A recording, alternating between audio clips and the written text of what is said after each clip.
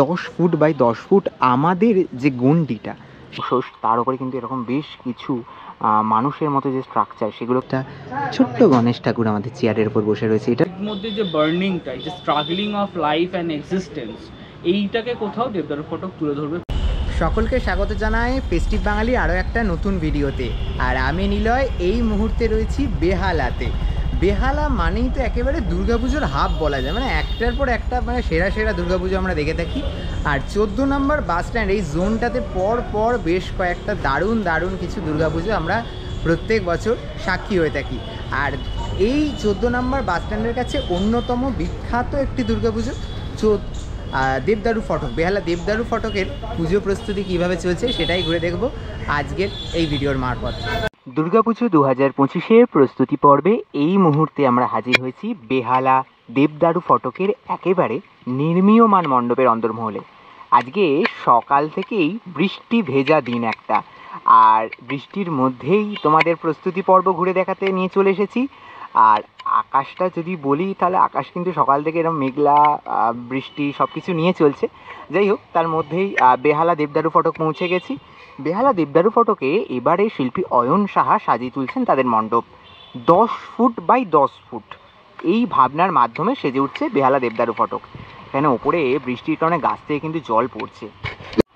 একেবারে মণ্ডপে প্রবেশ করেই আমি যেটা দেখতে পাচ্ছি, বেসিক্যালি এখানে কিন্তু একেবারে সেই পুরনো দিনের যে বাড়ি, গ্রাম্য অঞ্চলে যে বাড়ি আমরা দেখে থাকি টিনের চালের, সেই টিনের চালের বাড়িকে আমরা দেখতে পাচ্ছি। আর তার সাথে সাথে ঠিক এই জায়গাটা দেখাই, এই জায়গাতে কিন্তু রয়েছে বেশ কিছু কাঠামো, যে কাঠামোগুলোকে আমরা প্রতিমা তৈরি করার ক্ষেত্রে দেখে থাকি, সেই সকল বেশ কিছু এরকম কাঠামো দেখতে পাচ্ছি। পাশাপাশি এই দিকটা যদি দেখাই, এই দিকে আমি দেখতে পাচ্ছি আরও একটা এরকম টিনের চালের যে ঘর, সেটাকে সম্পূর্ণভাবে ইনার স্ট্রাকচার, যেটা পুরোপুরি মাটি দিয়ে রেডি করা হয়েছে। ভেতরে কিন্তু অনেক কিছু কাজ রয়েছে, যেগুলো কিন্তু মোটামুটিভাবে আমি যদি দেখাই, এরকম কিছু কাজকর্ম রয়েছে ভেতরের দিকে। তো এই জায়গা থেকে মণ্ডপটা কিন্তু প্রথম অংশ যদি বলি তাহলে কিন্তু প্রথম অংশটা এইরকম। আর এই যে গাছটা, এটা কিন্তু মণ্ডপের সৌন্দর্যতাটা আরও বাড়িয়ে দিয়েছে, কেননা পুরোপুরি অরিজিনাল মনে হচ্ছে কোনো একটা গ্রাম্য পরিবেশে এসে হাজির হয়েছি, এবং সেখানে কোনো এই ধরনের টিনের চালের যে পুরনো বাড়ি, সেখানে আমরা সমস্ত কিছু দেখে থাকি, সেই রকমই যেন আমরা মণ্ডপটাকে সেই রূপেই দেখছি। এবার যদি একেবারে মণ্ডপের ভেতরের দিকে ধীরে ধীরে এগিয়ে যেতে থাকি, তাহলে কিন্তু দেখতে পাবো এই জায়গাটা, এখানে একটা টোটাল বিরাট প্যানেলের মতো অংশ করে রাখা হয়েছে। এদিকে যেমন দেখতে পাচ্ছি কিছু বাঁশের স্ট্রাকচার রয়েছে, পাশাপাশি এই দিকটাতে যেমন দেখতে পাচ্ছি এরকম এর ওপরেই কিন্তু এই যে আমি বলছিলাম যেমনটা বাড়ির অংশ, তার উপরে কিন্তু এরকম বেশ কিছু মানুষের মতো যে স্ট্রাকচার, সেগুলোকে কিন্তু এই খড় দিয়ে বেঁধে তার উপরে যে মাটির প্রলেপ, সেই সমস্ত যে কাজকর্ম, সেই সমস্ত যে পর্ব, সেগুলোকে ধীরে ধীরে এগিয়ে নিয়ে যাওয়া চলছে। এই জায়গাটা কিন্তু টোটালটা দেখতে কিন্তু সুন্দর লাগছে, বেশ সুন্দর লাগছে। এই জায়গাটা টোটালটা যখন কমপ্লিট হয়ে যাবে কাজকর্ম, তখন তো দেখতে আরও সুন্দর হয়ে যাবে। হাতে তো আর মাত্র কয়েকটা দিন, তারপরেই সমস্ত কাজ শেষ করতে হবে, মণ্ডপ খুলে দিতে হবে দর্শনার্থীদের জন্য। এবার মোটামুটি এই জায়গাটা দেখাই। এই জায়গাটাও কিন্তু একেবারে যে সেই মোটা এই ধরনের কোনো, এবার যদি এই অংশের দিকে একটু আমি ক্যামেরাটা দেখাই, তাহলে দেখতে পাবো এখানে কিন্তু বেশ কিছু যে পুরনো যে বাড়ির দরজা, সেই ধরনের বাড়ির দরজা, কাঠের দরজা, সেই ধরনের জিনিস কিন্তু আমি দেখতে পাচ্ছি। এবার একটু ভেতরের দিকটা চলে যাবো। এখানে আমি দেখতে পাচ্ছি একটা বিরাট বড় কিন্তু মাছ। এই মাছের যে কাজটি, সেটি কিন্তু এখন চলছে পুরোপুরি। বেসিক্যালি এগুলো থার্মোকল বা শোলাকে দিয়ে কাজ করা হচ্ছে। আর এটা পুরো একেবারে সাদা রঙের যে মাছ, এদিকে কাজ চলছে। আর এটা সেজে উঠবে ধীরে ধীরে, ক্রমে ক্রমে। যখন মণ্ডপ সম্পূর্ণ হবে, তখন তো এটিকে তোমরা মণ্ডপে এসে দেখতেই পাবে। তখন কিন্তু যখন দেখবে, তখন তো অবশ্যই একটা অন্যভাবে, অন্য রকমভাবে দেখতে পাবে। তার অপেক্ষায় তো আমরা সকলে রয়েছি। এবার এই মণ্ডপের এই বিশেষ অংশ দেখালাম, এই অংশটাও দেখালাম।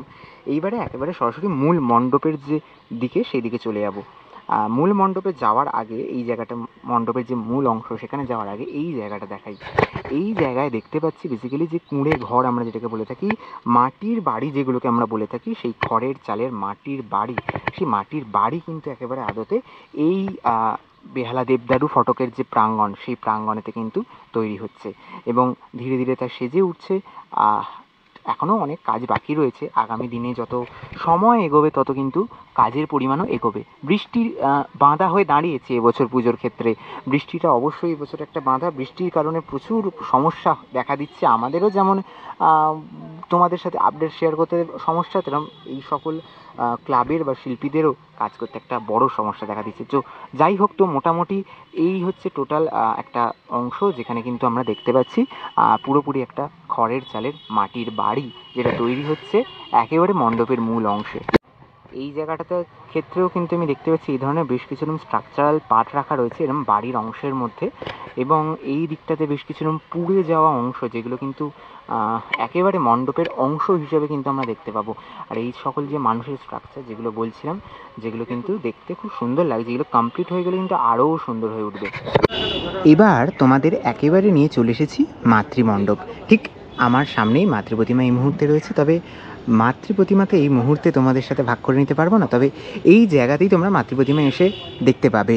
এবং মাতৃপ্রতিমা সংলগ্ন যে এরিয়াটা, মানে মাতৃপ্রতিমার মণ্ডপের বিশেষ কিছু অংশ তোমাদের ঘুরে দেখাচ্ছি, চলো। ঠিক আমার ডান পাশে মাতৃপ্রতিমা রয়েছে, তার ঠিক পাশের অংশটা দেখাই, যেখানে এসে দেখতে পাচ্ছি আমরা যে ঠাকুরের ছবি দেখে থাকি, ভগবানের ছবি দেখে থাকি, সেই যে ছবিগুলো, সেই ছবিগুলোকে এখানে কিন্তু ইনস্টল করা হয়েছে মণ্ডপে, একেবারে মাতৃমণ্ডপের অন্দরমহলে মাতৃপ্রতিমার একেবারে পাশেই। আর এই যে অংশটা, এই অংশটা কিন্তু দেখতে খুব সুন্দর লাগছে। এবং এর সাথে সাথে আমি দেখাই, ঠিক এই জায়গাতে একটা ছোট্ট গণেশ ঠাকুর আমাদের চেয়ারের উপর বসে রয়েছে। এটারও মাটির কাজ চলছে যদিও এখন। তো মোটামুটি এই হচ্ছে মাতৃমণ্ডপের যে পাশের অংশটি। আর এইখানে রয়েছে একেবারে মায়ের ছানাপোনারা। এই ছানাপোনারা ধীরে ধীরে সেজে উঠছে, আর মায়ের ছানাপোনারা সেজে উঠে মায়ের ঠিক এই জায়গাতে হয়তো সাজানো হবে এই ছানাপোনাদের। আচ্ছা, মণ্ডপের একেবারে শেষ দিকটা, মানে যে দিকটা দিয়ে তোমাদের এক্সিট হবে, সেই দিকটায় চলে এসেছি। এই দিকটায় যেমন প্রথম অংশটা দেখালাম মাটির কাজ, তারপর এই যে খড়ের চালের মাটির বাড়ি, এরপর একদম মণ্ডপের শেষ অংশে ধাপে ধাপে আমরা যতটা পার করছি এবার দেখতে পাচ্ছি কংক্রিটের অংশ। মানে সেই যে 10 ফুট বাই 10 ফুট আমাদের যে গণ্ডিটা, সেই গণ্ডিটা কোথাও গিয়ে সীমাবদ্ধ। তবে পরিবর্তন তো অবশ্যই আমাদের জীবনে একেবারে নিত্য নৈমিত্তিক। সেই কারণে সেই যে মাটির দুনিয়া, তারপর এই রকম একটা খড়ের চালের যে বাড়ি, মাটির বাড়ি, তারপর আমাদের এই কংক্রিটের দুনিয়া, পরিবর্তন অবশ্যই রয়েছে, তবে আমাদের নির্দিষ্ট একটি গণ্ডিতে আমরা বাঁধা পড়ে রয়েছি। আর এই 10 ফুট বাই 10 ফুট ভাবনাকে নিয়েই কিন্তু সেজে উঠছে এবছরের বেহালা দেবদারু ফটক। আর এখানে বেসিক্যালি আমি দেখতে পাচ্ছি কংক্রিটের দুনিয়ার মধ্যে পুরোপুরি সিঁড়ি করে ফেলা রয়েছে। যেভাবে আমরা একটা বাড়িকে তৈরি হতে দেখতে পাই, সেইভাবে সেই পিলারের গাঁথুনি, সেই সমস্ত কিছুকেই কিন্তু তুলে আনা হয়েছে। এদিকে সেই বাড়ির যে সানসেট যেরকম আমরা বলে থাকি, এই সিঁড়ির মাধ্যমে কিন্তু টোটাল কংক্রিটের পার্টটা কিন্তু তৈরি করা হয়েছে। তো মোটামুটিভাবে এটা একেবারে মণ্ডপের শেষ অংশের দিকটাতে রয়েছে, যেখানে এই একেবারে এই কুঁড়ে ঘর মাটির বাড়ির পাশেই আবার সেই কংক্রিটের দুনিয়াকে দেখতে পাচ্ছি।